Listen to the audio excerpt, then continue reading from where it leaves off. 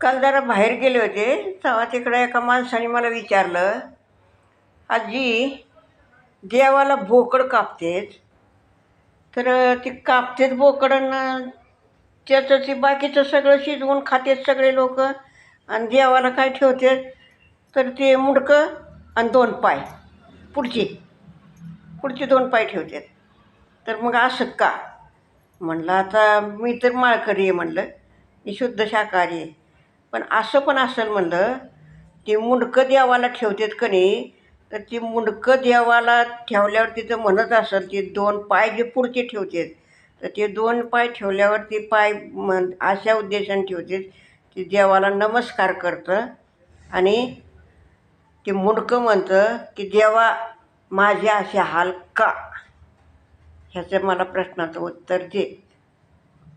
ह्यासाठी ते देवाला ते मुंडकं आणि दोन पाय ठेवतात. देवापर्यंत फक्त ते मुंडकंच जातं, बरोबर ना?